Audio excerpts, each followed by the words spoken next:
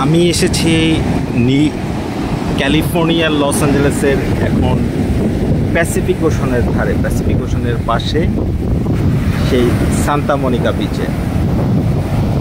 এর আগে আটলান্টিক মহাসাগর পাড়ি দিয়ে আমরা আমেরিকা আসি, কিন্তু আটলান্টিক মহাসাগরের অপর প্রান্তে ঠিক পশ্চিম প্রান্তে রয়েছে প্যাসিফিক ওশান। সেই প্যাসিফিক ওশানে এসেছি, সেই প্যাসিফিক ওশনের একটি বিচ সান্তা মনিকা বিচ। সেই সান্তা মনিকা বিচে এসেছি গোধূলি লগ্নে। সূর্য অস্ত যাচ্ছে, পানির ভীষণ গর্জন, সমুদ্রের ভীষণ গর্জন, মহাসমুদ্রের মহাতাণ্ডব আমরা দেখতে পাচ্ছি। এই প্যাসিফিক ওশনে আমার প্রথম আসা। সেই ওশনের কাছাকাছি এসে সত্যিই আমি মুগ্ধ, সত্যিই আমি কি বলবো, একদম মনে হয় হারিয়ে যাই সমুদ্রের মধ্যে। মনে হয় সমুদ্রে নেমে পড়ি, ইচ্ছে করে আরও কাছাকাছি যায়।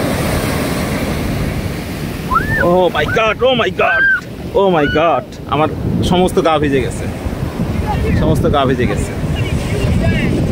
আমার শু তো ভিজে গেছে, আমার মুজো ভেজে গেছে। যাই হোক, তারপর আমরা এসেছি প্যাসিফিক ওশন দেখতে। সেই প্যাসিফিক ওশন আমার জীবনে প্রথম দেখা।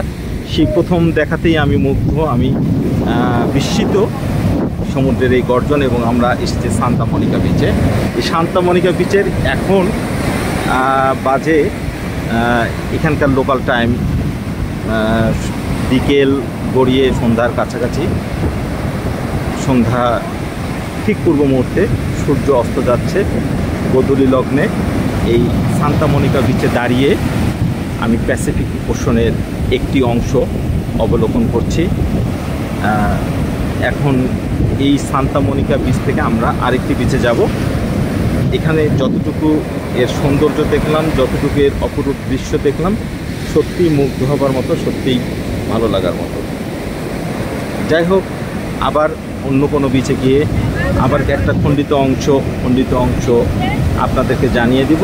আপনাদের এই প্যাসিফিক ওশনের যে গর্জন, প্যাসিফিক ওশনের যে সৌন্দর্য, সেই প্যাসিফিক ওশনের ঢেউয়ের যে তাণ্ডব, সেটা আপনাদের দেখাতে পারবো বলে আমি বিশ্বাস করছি।